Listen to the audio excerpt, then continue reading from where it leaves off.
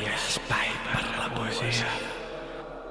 La fusta és fusta. I el fang.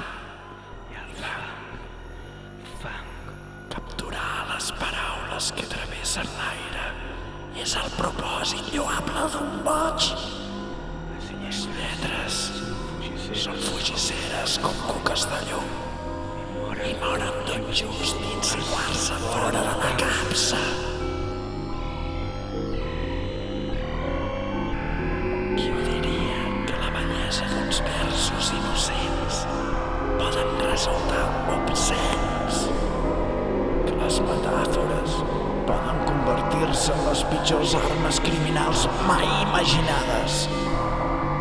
Però resulta que fer combinar l'alfabet és un ofici perillós. Les històries que fugen de la praxis representen un atemptat a la raó, a la llei, a les convencions establertes sota la coacció de l'amenaça.